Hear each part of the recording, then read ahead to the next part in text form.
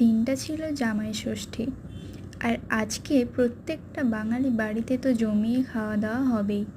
তাই আমার সকালটা শুরু হলো লুচি, মিষ্টি আর ঘুগনি দিয়ে।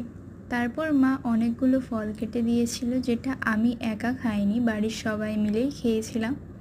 তারপর আজকে লাঞ্চে ছিল ভাত, 4 রকমের ভাজা, লেবু, পেঁয়াজ, ছিল রায়তা আর মুসুরির ডাল। তার সাথে ছিল পমফ্রেট ফ্রাই, সর্ষে পাবদা আর ছিল চিকেন কষা, যেটা দিদি রান্না করেছিল আর দুর্দান্ত খেতে হয়েছিল। শেষে ছিল আমের চাটনি, মিষ্টি আর বাঙালির শেষ পাতে পাকা আম তো মাস্ট। সন্ধেবেলা এই কেকটা খেলাম, এটা মাছের শেপে ছিল, আমার ক্লিপটা নেওয়াই হয়নি। আর ডিনারে ছিল ভাত, ইলিশ আর চিংড়ি মাছ ভাজা, আর ছিল দুপুরের চিকেন। তো এই ছিল আমার আজকে সারাদিনের খাওয়া দাওয়া।